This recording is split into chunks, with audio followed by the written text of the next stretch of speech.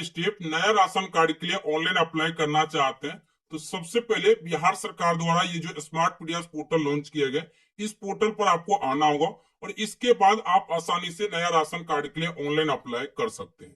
अब इस पोर्टल पर कैसे आएंगे, किस प्रकार से नया राशन कार्ड के लिए ऑनलाइन अप्लाई करना है, अभी नया राशन कार्ड ऑनलाइन अप्लाई हो रहे हैं या फिर नहीं हो रहे, पूरे विस्तार से जानिए। तो इसके लिए आपको सबसे पहले गूगल ओपन करना है और गूगल पे टाइप करना है rajhelps.in। ये लिख के आपको इस तरह से सर्च करना है। जैसे आप सर्च करें तो पहले नंबर में राज हेल्प्स वेबसाइट लिंक देखने को मिलेगा, इस पर आपको क्लिक करना है। क्लिक करते ही इस तरह से आप rajhelps.in की वेबसाइट पर आ जाएंगे। अब आपको इस तरह से नीचे की तरफ आना है और यहाँ देखिए सरकारी योजना कैटेगरी देखने को मिलेगा।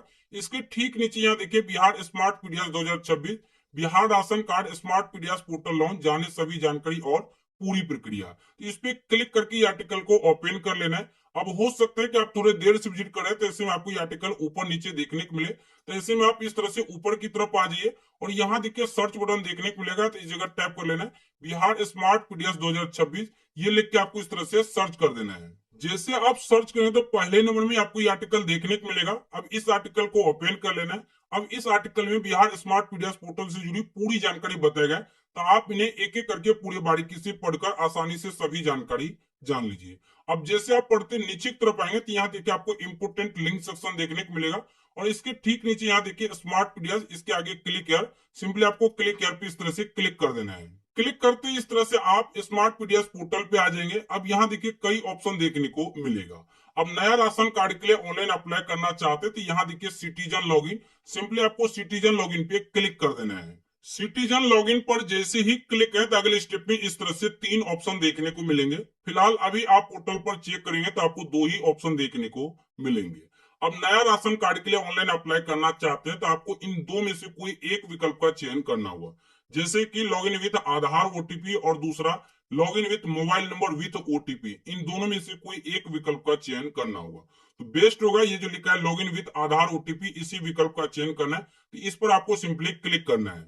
इसके बाद अगले स्टेप में यहाँ पर आपको 12 डिजिट का आधार नंबर एंटर करना होगा। अब आधार नंबर एंटर करने से पहले आपको थोड़ा बारीकी से समझना होगा।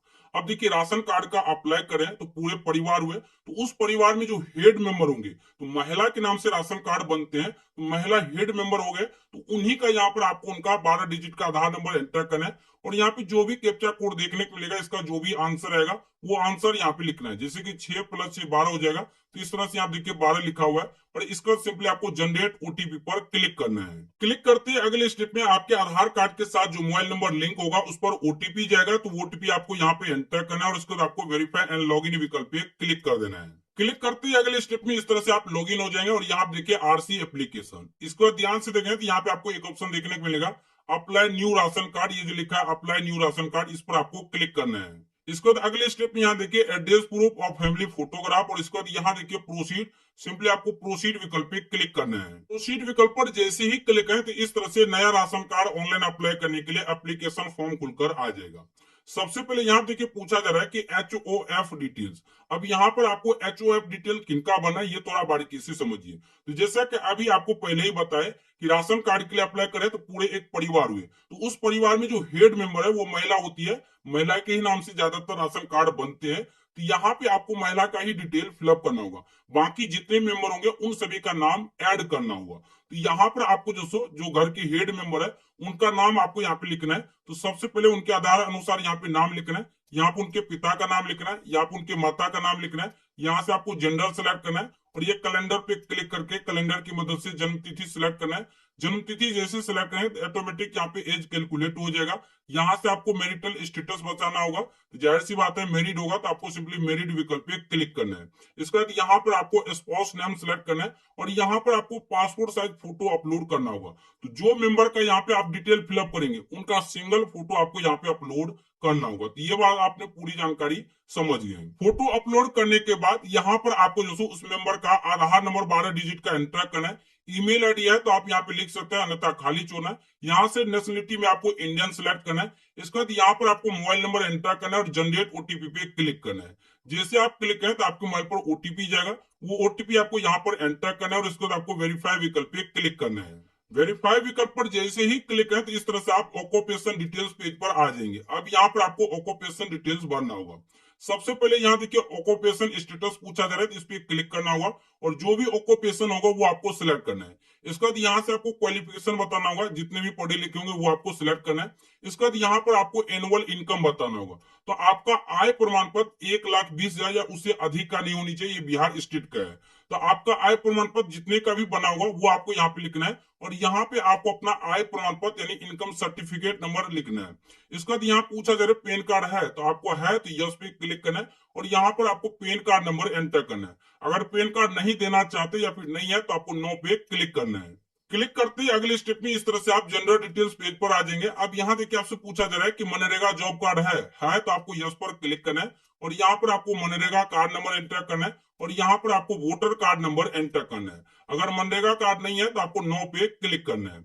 इसके बाद यहाँ पे क्रिटिकल बीमारी के बारे में पूछा जा रहा है, कोई अगर क्रिटिकल बीमारी है तो इसकी जानकारी आप यहाँ पे दे सकते हैं, अगर नहीं है तो आपको सिंपली नो पे क्लिक करना है। क्लिक करते ही अगले स्टेप में इस तरह से आप डिसेबिलिटी डिटेल्स पेज पर आ जाएंगे। अब जो मेंबर का डिटेल फिलअप करें, अगर वो मेंबर विकलांग है तो आपको सिंपली यस विकल्प पर क्लिक करना है और यहाँ पे उनका पूरी जानकारी भरना होगा। अगर विकलांग नहीं है तो सिंपली आपको नो विकल्प पे क्लिक करना है। नो विकल्प पर क्लिक करते ही इस तरह से अगले स्टेप में सिंगल मेंबर कार्ड टाइप विकल्प पे आ जाएंगे, तो आपको सिंपली इस पे क्लिक करके ये विकल्प का चयन करना है। चयन करने के बाद अगले स्टेप में इस तरह से आपको सिलेक्ट कैटेगरी देखने को मिलेगा, तो कैटेगरी का चयन करना है और इसके बाद आपको सेव विकल्प पे क्लिक करना है। सेव विकल्प पर जैसे ही क्लिक करें तो इस तरह से लिखा जाएगा फॉर्म सेव सक्सेसफुली। अब आपको सिंपली नेक्स्ट विकल्प पे क्लिक करना है। नेक्स्ट विकल्प पर जैसे ही क्लिक करें तो इस तरह से आप एड्रेस डिटेल पेज पर आ जाएंगे। अब यहाँ पर आपको पूरा एड्रेस फिलअप करना होगा। अब यहाँ पर आपको थोड़ा बारीकी से समझना होगा। यहाँ देख सकते हैं एड्रेस डिटेल। सबसे पहले यहाँ देखिए पूछा जा रहा है परमानेंट रेजिडेंस एड्रेस, तो यहाँ पर आपको परमानेंट एड्रेस लिखना होगा। तो सबसे पहले यहाँ से आपको क्षेत्र का चयन करना है। अगर आप ग्रामीण क्षेत्र से आए तो रूरल का चयन करना है और शहरी क्षेत्र से आते हैं तो यहाँ से आपको अर्बन का चयन करना है। इसके बाद यहाँ पर आपको बिल्डिंग नंबर लिखना है, अगर है तो लिख सकते हैं, नहीं तो खाली छोड़ दीजिएगा। यहाँ पे आपको स्ट्रीट रोड लाइन की जानकारी भरनी होगी, तो जो भी आपका नियर जो एड्रेस होगा वो आपको एड्रेस लिखना है। इसके बाद यहाँ पर आपको लैंडमार्क लिखना है, यहाँ पे वार्ड नंबर लिखना है, यहाँ पे आपको एरिया लोकेटरी सेक्टर लिखना है, यहाँ पे पोस्ट ऑफिस का नाम, यहाँ पे आपको अपना पिन कोड लिखना है और यहाँ से आपको स्टेट का नाम सिलेक्ट करना है, यहाँ से आपको डिस्ट्रिक्ट का नाम सिलेक्ट करना है, यहाँ से सब डिस्ट्रिक्ट का नाम यानी ब्लॉक सब का नाम सिलेक्ट कर लेना है, यहाँ से आपको विलेज का नाम सिलेक्ट करना है और यहाँ पर आपको लोकल विलेज का पूछा जाएगा। यहाँ देखिए परमानेंट रेसिडेंस एड्रेस में जो आपका परमानेंट एड्रेस होगा पूरा एड्रेस आपको ये वाले कॉलम में फिलअप कर लेना है। परमानेंट एड्रेस फिलअप करने के बाद अब यहाँ देखिए प्रेजेंट रेसिडेंस एड्रेस पूछा जा रहा है, तो प्रेजेंट टाइम यानी कि वर्तमान में आप जहां पे रह रहे हैं वो एड्रेस आप यहाँ पे फिलअप करेंगे। तो एक बात ध्यान है कि अगर आपका प्रेजेंट एड्रेस और परमानेंट एड्रेस दोनों सेम है तो ऐसे में यहाँ देखिए सेम एज प्रेजेंट एड्रेस और ये जो बॉक्स बना है इस बॉक्स पे टिक करना है, इस तरह से राइट चिन्ह लग जाएगा। अब जैसे आप इस पे क्लिक करें तो ऑटोमेटिक यहाँ पे जो प्रेजेंट एड्रेस में आपका जो परमानेंट एड्रेस ऊपर दर्ज किए होंगे वो सभी एड्रेस यहाँ पे ऑटोमेटिक आ जाएगा। इसके बाद यहाँ देखिए सेव सेव विकल्प पे क्लिक करना है। विकल्प पर जैसे ही क्लिक करें तो इस तरह से लिखा जाएगा फॉर्म सेव सक्सेसफुली। अब यहाँ देखिए नेक्स्ट सिंपली आपको नेक्स्ट विकल्प पे क्लिक कर देना है। नेक्स्ट विकल्प पर जैसे ही क्लिक करें तो इस तरह से आप फैमिली मेंबर एड पेज पे आ जाएंगे। यहाँ पे देख सकते हैं मेंबर और यहाँ देखिए ऐड एडिशनल मेंबर। तो आप बाकी जितने भी मेंबर होंगे सभी का बारी बारी से नाम ऐड करना होगा। तो मेंबर का नाम ऐड करने के लिए सिंपली ऐड एडिशनल मेंबर पे क्लिक करना है। क्लिक करते ही इस तरह से मेंबर का नाम ऐड करने के लिए फॉर्म खुलकर आ जाएगा। यहाँ पे देख सकते हैं पर्सनल डिटेल। अब यहाँ पे आपको थोड़ा बारीकी से समझना होगा। सबसे पहले जो मेंबर का नाम ऐड करना चाहते हैं, जैसे मान लीजिए कि आप वाइफ के नाम से अप्लाई करें तो उनका हस्बैंड हो गए, उनके बच्चे हो गए, तो बाकी यहाँ पे सभी मेंबर का नाम ऐड करना होगा। अब जैसे मान लीजिए कि उनके हस्बैंड का नाम ऐड कर रहे हैं तो ऐसे में यहाँ पे उनके हस्बैंड का नाम आपको यहाँ पे लिखना है, आधार अनुसार यहाँ पे नाम लिखना है, यहाँ पे हस्बैंड के पिता का नाम लिखना है और यहाँ पे इनके माता का नाम लिखना है। यहाँ से आपको जेंडर सेलेक्ट करना है और यहाँ पे आपको रिलेशन बताना होगा। तो रिलेशन जो भी होगा वो रिलेशन आपको यहाँ पे सिलेक्ट कर लेना है। इसके बाद यहाँ पे कैलेंडर की मदद से आपको जन्म तिथि सिलेक्ट करना है। जैसे आप जन्म तिथि सिलेक्ट करें तो ऑटोमेटिक यहाँ पे एज कैलकुलेट हो जाएगा। इसके बाद यहाँ पे आपको उस मेंबर का single passport size photo upload करना होगा। तो फोटो अपलोड करेंगे। फोटो अपलोड करने के बाद यहाँ से आपको मैरिटल स्टेटस बताना होगा। तो जाहिर सी बात है मैरिड विकल्प पे चयन करना है। इसके बाद स्पाउस नेम यहाँ पे लिख लेना है और यहाँ पर आपको आधार नंबर लिख लेना है। इसके बाद ईमेल आईडी है तो आप यहाँ पे लिख सकते हैं, अगर नहीं है तो खाली छोड़ना है और इसके बाद नेशनलिटी में आपको इंडियन का चयन करना है। तो यहाँ पर आपको मोबाइल नंबर एंटर करना है, जो भी आपका मोबाइल नंबर होगा, और इसके बाद आपको जनरेट ओटीपी पे क्लिक करना है। क्लिक करते आपके मोबाइल पर ओटीपी जाएगा, ओटीपी आपको यहाँ पे एंटर करना है और इसके बाद आपको वेरीफाई विकल्प पे क्लिक करना है। वेरीफाई विकल्प पर क्लिक करने के बाद इस तरह से आप ऑक्यूपेशन डिटेल्स पेज पर आ जाएंगे। अब यहाँ पर आपको क्लिक करना है और जो भी ऑक्यूपेशन होगा वो आपको चयन करना है। इसके बाद यहाँ से आपको क्वालिफिकेशन सेलेक्ट करना होगा, कितने पढ़े लिखे हैं। जितने भी पढ़े लिखे होंगे वो आपको यहाँ से चयन कर लेना है।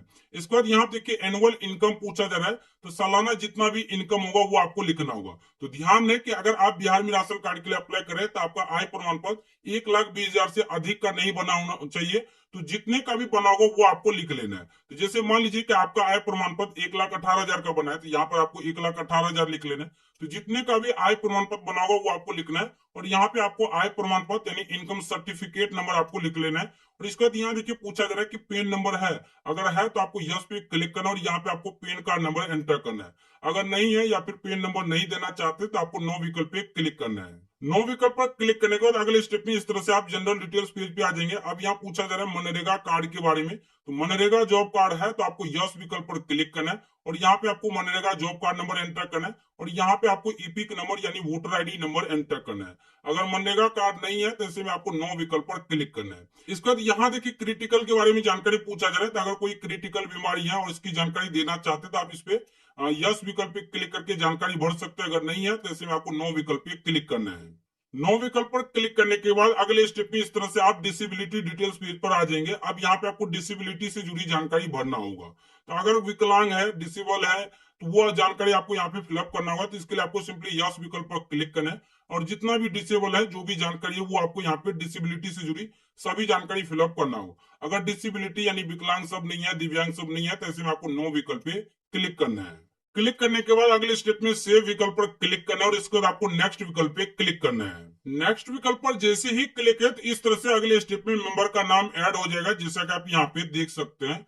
इस तरह से मेंबर का नाम आपको देखने को मिल जाएंगे और यहाँ पे देखिए मेंबर आईडी नंबर भी देखने को मिलेगा और व्यू विकल्प पे क्लिक करके आप डिटेल भी चेक कर सकते हैं। तो इस तरह से एक मेंबर का नाम ऐड किया, इसके बाद फिर से आपको ऐड एडिशनल मेंबर पे क्लिक करके बाकी जितने मेंबर है सभी का नाम बारी बारी से ऐड कर लेना है। अब जैसे मान लीजिए कि सभी का नाम ऐड कर लेते हैं, तो इस तरह से एक मेंबर का नाम, दो मेंबर का नाम, तो जितने मेंबर होंगे सभी का नाम देखने को मिल जाएगा। और इसके बाद सभी मेंबर का नाम ऐड करने के बाद आपको सिंपली नेक्स्ट विकल्प पे क्लिक कर देना है। नेक्स्ट विकल्प पर जैसे ही क्लिक करें तो अगले स्टेप में कॉमन डिटेल्स पेज पर आ जाएंगे। अब यहाँ देखिए आपसे पूछा जा रहा है कि क्या आपके पास पहले से गैस कनेक्शन है, अगर है तो आपको यस पर क्लिक करना और यहाँ पे उसका पूरी जानकारी भरना होगा। अगर नहीं है तो आपको सिंपली यहाँ से नो विकल्प का चयन करना है। इसके बाद अगले स्टेप में बैंक डिटेल्स पेज पर आ जाएंगे, तो यहाँ से आपको बैंक का नाम सिलेक्ट कर लेना है, जो भी बैंक में खाता खुला होगा। और इसके बाद यहाँ पे आपका जो सो बैंक ब्रांच का नाम ऑटोमेटिक आ जाएगा। अगर ऑटोमेटिक नहीं आता है तो आपको खुद से लिख लेना है और यहाँ पर आपको अपना अकाउंट नंबर लिखना है और यहाँ पे आपको अपना आईएफएससी कोड एंटर करना है।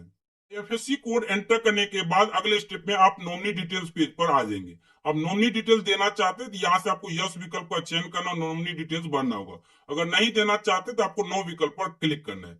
इसके बाद यहाँ देखिए एपीएस मैपिंग, यानी जो आप राशन डीलर को अपने राशन कार्ड में लिंक करना चाह रहे, वो राशन डीलर का विकल्प आपको यहाँ से चयन करना होगा। तो इसके लिए आपको इस पे क्लिक करना है और आपको जो राशन डीलर सबका नाम देखने को मिलेगा, तो उसका आपको चयन करना होगा। राशन डीलर का नाम चयन करने के बाद अब यहाँ देखिए एनएफएस क्रेडिट एरिया पेज पर आ जाएंगे। सबसे पहले पूछा जा रहा है कि क्या आपके पास 4 व्हीलर गाड़ी है, अगर है तो आपको यस पर क्लिक करना है, अगर नहीं है तो आपको नो पे क्लिक करना है।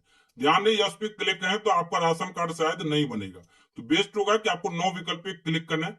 इसके बाद यहाँ देखिए पूछा जा रहा है कि आपके पास एसी टीवी फ्रिज सब है, अगर है तो आपको यस पे क्लिक करना है और नहीं है तो आपको नो पे क्लिक करना है। इसके बाद यहाँ देखिए आपसे पूछा जा रहा है कि आपके पास 100 स्क्वायर मीटर का फ्लैट या जो सो रूम या इससे अधिक का है, अगर है तो आपको यस पे क्लिक करना है और नहीं है तो आपको नो पे क्लिक करना है।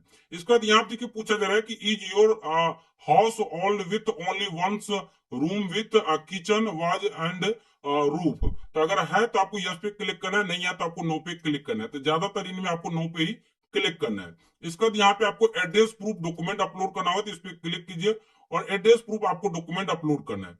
इसके बाद आपको सभी मेंबर के साथ एक ग्रुप वाला फोटो खींचना है और वो फोटो आपको यहाँ से फैमिली फोटो आपको अपलोड करना होगा। अब ये दोनों डॉक्यूमेंट सब अपलोड होने के बाद आपको सिंपली सेव विकल्प पे क्लिक करना है और इसके बाद आपको नेक्स्ट विकल्प पे क्लिक करना है। नेक्स्ट विकल्प पर जैसे ही क्लिक है तो इस तरह से आपका आवेदन का प्रीव्यू देखने को मिलेगा, जैसा कि यहाँ पे आप देख सकते हैं। तो इन्हें आपको एक बार पूरे बारीकी से चेक कर लेना है कि कहीं कुछ कोई जानकारी गलत तो नहीं है। अगर गलत है तो आपको एडिट एप्लीकेशन पे क्लिक करके पहले आपको एडिट कर लेना है और लगता है कि जो भी जानकारी आपने दर्ज की वो सभी जानकारी ओके है, कहीं कुछ गलत नहीं है, तो ऐसे में आपको सेव एप्लीकेशन विकल्प पे क्लिक करना है। सेव एप्लीकेशन विकल्प पर क्लिक करते ही इस तरह से सफलतापूर्वक नया राशन कार्ड के लिए ऑनलाइन अप्लाई हो जाएगा। यहाँ पे आपका राशन कार्ड आवेदन नंबर मिल जाएगा और कितने तारीख को आवेदन किया वो डेट आपको यहाँ पे देखने को मिल जाएगा। और यहाँ पे जिनके नाम से राशन कार्ड के लिए आवेदन किया उनका नाम देखने को मिलेंगे। और सिंपली गो टू डैशबोर्ड विकल्प पे क्लिक करना है। क्लिक करते ही अगले स्टेप में आप डैशबोर्ड पे आ जाएंगे। अब राशन कार्ड का आवेदन स्टेटस चेक करना चाहेंगे तो इसके लिए यहाँ देखिए आपको एक ऑप्शन देखने को मिलेगा आरसी एप्लीकेशन, इस पर आपको क्लिक करना है। क्लिक करते अगले स्टेप में इस तरह से आपका राशन कार्ड आवेदन देखने को मिल जाएंगे। अब स्टेटस चेक करना चाहते हैं तो ये जो आंख का आइकन है इस पर आपको क्लिक करना है। क्लिक करते इस तरह से आपका राशन कार्ड का आवेदन स्टेटस देखने को मिलेंगे। जैसे अप्रूव हो जाएगा तो इस तरह से लिखा जाएगा अप्रूव्ड कंप्लीट, इस तरह से कंप्लीट लिखा रहेगा और यहाँ पे आपका राशन कार्ड आवेदन नंबर आपको देखने को मिलेंगे। इसके बाद और आप थोड़ा सा नीचे की तरफ देखें तो इस तरह से आपका राशन कार्ड देखने को मिल जाएगा, जैसा कि आप यहाँ पे स्क्रीन पे देख सकते हैं। और इनमें आपका पूरा विवरण रहेगा, जैसे कि राशन कार्ड किस टाइप का है, इसका ration card number, ration card holder का नाम, पूरी जानकारी देखने को मिलेंगे। और कुछ इस प्रकार से आपको राशन कार्ड भी देखने को मिल जाएगा। अंत में मैं यही एक चीज कहना चाहूंगा कि अभी आप स्मार्ट पीडीएस पोर्टल के माध्यम से नया राशन कार्ड के लिए ऑनलाइन अप्लाई करना चाहेंगे तो ऑनलाइन अप्लाई नहीं हो रहे, लेकिन कुछ दिनों बाद आप ट्राई करेंगे तो इसी प्रोसेस के साथ आसानी से नया राशन कार्ड के लिए ऑनलाइन अप्लाई कर पाएंगे। हमने इस वीडियो आपको मैनुअल पीडीएफ के माध्यम से नया राशन कार्ड ऑनलाइन अप्लाई करने की कंप्लीट प्रोसेस साझा की है। सो ये एक जानकारी थे। उम्मीद है कि वीडियो आपको बेहद पसंद आएगा। वीडियो पसंद आए तो लाइक कीजिए, अपने दोस्तों के साथ इस वीडियो को जरूर शेयर कीजिए।